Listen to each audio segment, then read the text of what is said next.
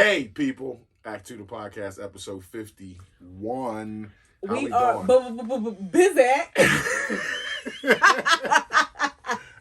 2 the podcast, episode 51 in the building. It's your boy, International Walk. It's your girl, Taj, the co-hostess with the mostest.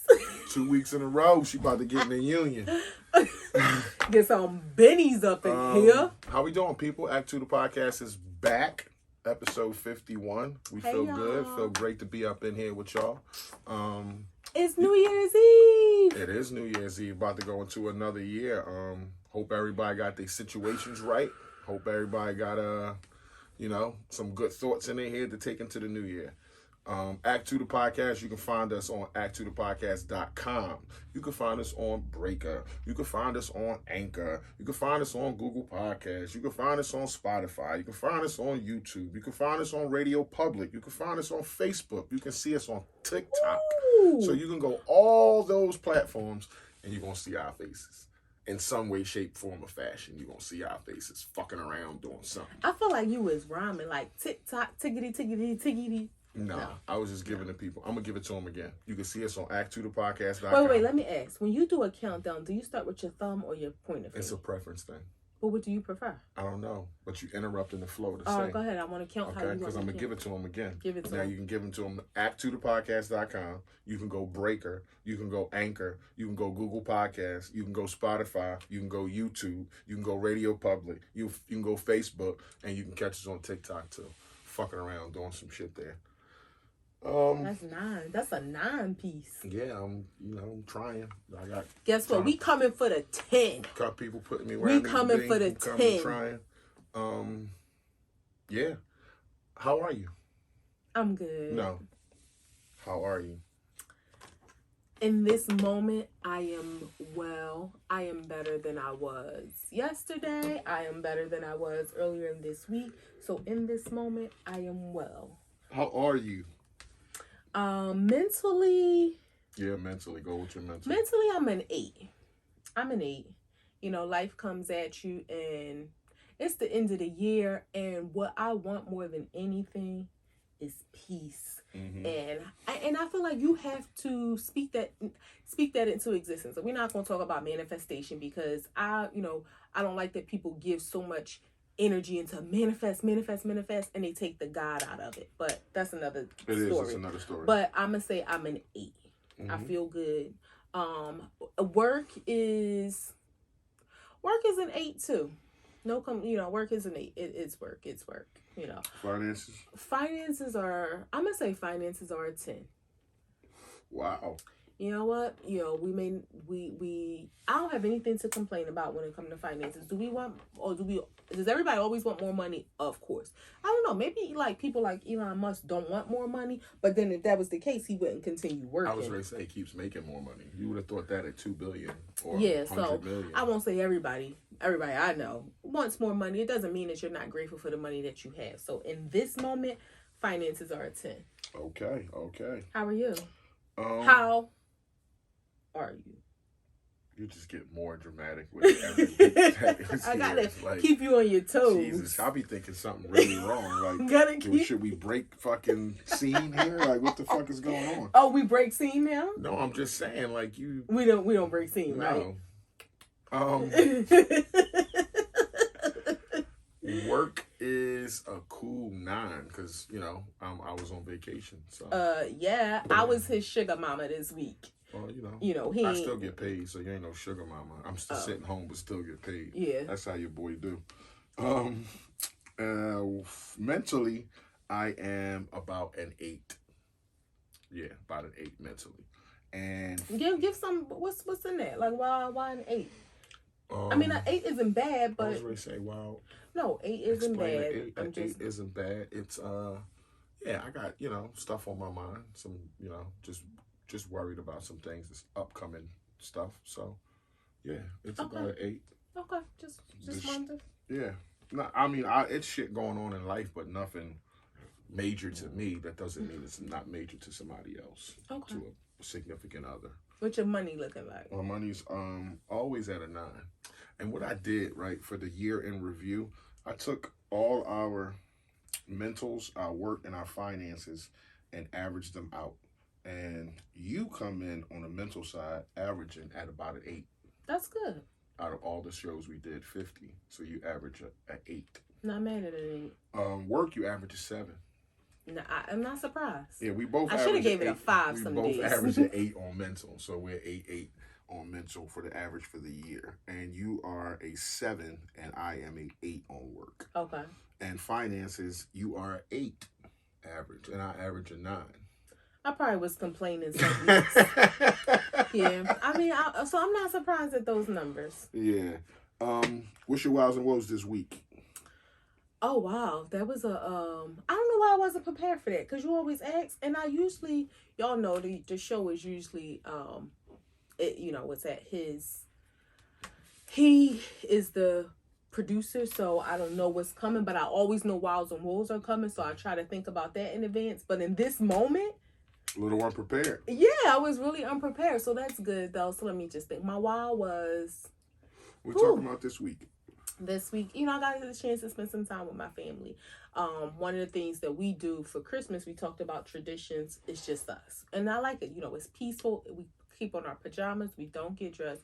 We usually have Chinese food. This year that didn't work out because it was kind of gloomy outside, and our Chinese restaurant doesn't deliver, so we gotta go get it, and then it's a little far, so we eat there.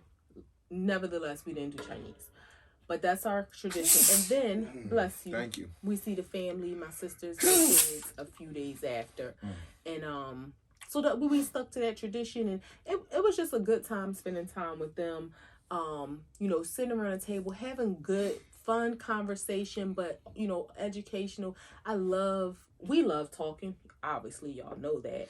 And I love engaging in the conversation, especially with the kids as they're getting older. Between our siblings, there's, I think I counted one time, 12. It's 22. 22 what, nieces and nephews? Yeah. Between our siblings? Yeah. 4, that's 12 on my side, and then your side got 5. So that's 17. Oh. Okay, yeah. So yeah, around 19, 20. Yeah. But on my side, my sisters, my sister, they're 17, 13, 9, 5, and 4, which are good ages. The 4 and 5-year-old, the 4-year-old, he's funny. But the other ones, we can really have conversations and get different perspectives. So that was my wild.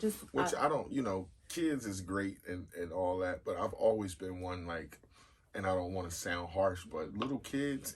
He like the big kids. Yeah, like little kids, and I can take them or leave them. But when kids have their own personality and can talk back to you, that's like the greatest thing, because they young, they a little bit ignorant. And they're witty, they're insatiable. Yeah, they're insatiable. You can sponge. They're like little sponges, not even knowing that they're sponges. Mm-hmm. So, and then they ask some of the most weirdest questions, and it's like, damn. You just gotta stop and realize that's just something that they don't know yet. So that's always a good thing when kids get probably 8 and up, then they really can hold a conversation with an adult. I think, if you're 5, you can talk to them, but not really hold. They lose attention. But when they 8 and up, you can really hold a conversation with them.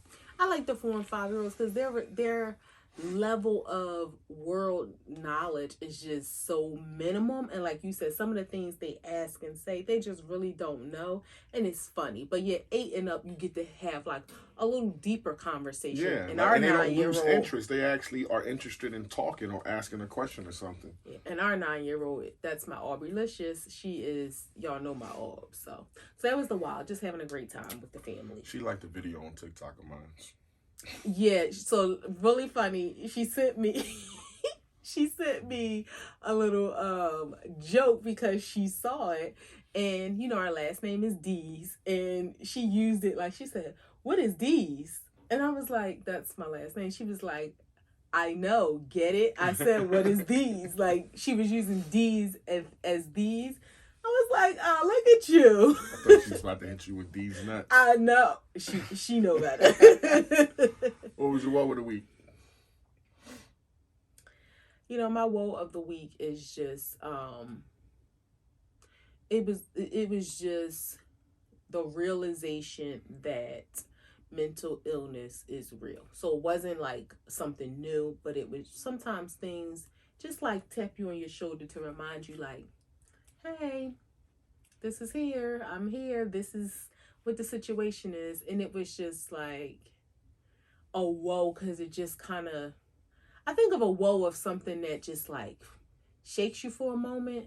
Not saying like it breaks you, but just like shake you up for a moment. Like, wow. That's your whoa. That's my, that was my whoa. Just like a whoa. Like, really, this is going on. But I have to say, I have to give so much gratitude for my husband, and I'm grateful to God for giving him to me, because he brings things into perspective. And even sometimes when I think his tough love is sometimes misplaced in situations, I know it's all for my benefit and to protect me mentally, physically, of course, but I ain't worried about physically, but mentally and emotionally. And I appreciate you for that. So it was a whoa, but I'm good. I'm good. Yeah, I hate to, well, you know, once you get older, you want to teach people and share stuff, some knowledge. And I don't necessarily want to talk to people or share things with people, even you, not unless it's something that I've experienced, something that I can, that my opinion holds water. So that's where that comes from. Yeah. My wow of the week was having a great Christmas. I had an awesome fucking Christmas. Got great gifts. One in particular gift was a gift my wife gave me in commemoration for the podcast, and it was the dopest gift I ever got. It was a jacket.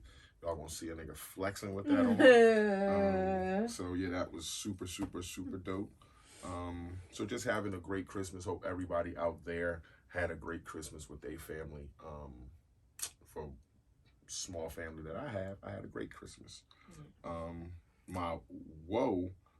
Wait a minute, I just wanted to share my earrings and my ring that came from my husband. Sorry, just wanted to give y'all, that was my QVC pose. That's a light flex though. Yeah. And you making them think it came from QVC. It's not from QVC. It's from one of those blue boxes. But, sorry, you know, I didn't do anything. I just, you know, gave a little pose. Stop flexing. Okay, sorry. No need to flex. You know that's not me. Yeah. But I love my gifts, so. My woe of this week was, I was kind of not keeping it to myself because I think I mentioned it to you, but I didn't see my grandmother around the holidays the past lot of years. But man, was I thinking about her a lot this Christmas, just knowing that she's not there. And for anybody who's lost anybody around the holidays, you know, prayers and condolences out to y'all, shouts out to y'all. I kind of know what that feels like, even though my grandmother died in October. It was still less than 60 days. Yeah, it's like, you know, I just kept thinking about her a whole lot. Like, and it's not like I've recently ran to her with a gift or something, or saw or said Merry Christmas or anything like that. But just knowing that, you know, she's not there. And if you wanted to, you could. Yeah, and it's the, like I said before, so when somebody passes, what I've learned is the book is closed. It's closed. Like, you can write in it, and sometimes you don't fall out of touch, and some pages are blank or very little words. But whether you're in the middle of a sentence or anything, when it's deaf, the book is closed, and it's done. It's a wrap. You can't add no more to it. So that was my woe of the week. Just thinking about Nana and no Nana around the holidays. And even more coming into the new year, it's like, damn, she didn't get another year, you know? And it's a lot of people out there that don't get another year. And my grandmother was one of them. And I just think about her and I remember her. Topic of discussion is the year in review. So this is New Year's Eve. It's the year in review. If I was to just say to you in a summary real quick, what happened in 2021? If you could take it from, as you got an elephant memory, so if you can go quarter by quarter, January, what happened? Just in a summary, not a dissertation, a summary. Yeah, you know what is where I read something online today that said 2020 and 2021 was all 1 year. You gotta kind of, when things happen, you gotta 24 months in 1 year. You gotta think to yourself, like, did that happen in 2020 or 2021? And not to say this is the only time that life has felt like that, but I think it has been more prevalent in the last 2 years because of the demic that has been happening. It has just kind of been like a run on, and it actually felt like it's becoming cyclical, and as we can see what's going on. So, when I think about, I too have to think about the time frame when things happen. One of the time frames that I use, and you said this at the very beginning, is that we will look at things as pre-COVID and post-COVID. You said that from the jump. And I have to BC, and you laughed at me. You was like, what's BC? And I'm like, is that before COVID? I have to think about that in the sense of or AC. Leading up to March 2020, which was when COVID smacked us in the face. Literally from December to February, we did a lot, and then during that time, Kobe died. I relate that to my grandmother, passed the same day as Kobe. Then a lot happened. Then, like I said, then COVID happened. So then after that, it gets very muddy because we were in the house all the time last year, and then okay, your situation was resolved. We got married. The new year came. We took some trips. So I have to. I say all that to say I have to. You still ain't told me what happened. I'm leading up to that. I have to say I have to think about all of that. I have to think about the timeline of life in order to say, okay, we went to Puerto Rico in January for my birthday. Okay, come on. And then move from there. Like, that's how I have to play it out in my head. So, all right, my wife is smart. Think in succession. We went to Puerto Rico. We went to Puerto Rico in January. We came home. February, March, we kind of chilled a little bit. But we did take a quick little getaway to Jamaica. That was our first international trip. Yep. Passport stamp. That's how they do. Came international walk. Passport, yes, that is because that's when you claim that moniker, international walk, and so passport stamp in March, and there we realized just the life that we've always dreamed about living. It was coming to fruition. Our first international trip, it was very short. It was for my brother-in-law's birthday. Literally, it was from a Friday to a Tuesday, it was from a Friday to a Monday. And you were taking your driver's license test that Tuesday. Had he not been taking that test, we would have stayed because it was like, oh, this is so beautiful. The balcony. Yeah. It was so, y'all know we love a balcony. Yeah, because she likes to get tapped on it. Is that what happened on the balcony? Yeah. That's not the way around. Anyway, that was in March, and it was beautiful. Like, we had such an amazing time. But also what we realized then, without going into too much detail, because we never we talk about our lives to the extent that we want to, and we talk about other people's lives in reference, but we don't want to put other people's business out there. But I think during that time period, what became so very clear to us is how important bandwidth is, and how we can see it impact people, and it made us look at our own life too. And I know for me, not that I didn't think of it before, it just became more important how much peace is priority and how much protecting your mental bandwidth. We see it all the time. And I was on it though.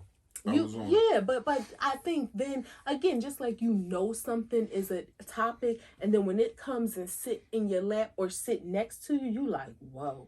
Like, I knew you was real, but whoa, you're here. So that was, that was then. And then through the summer, okay. Halfway dying, but I'm good.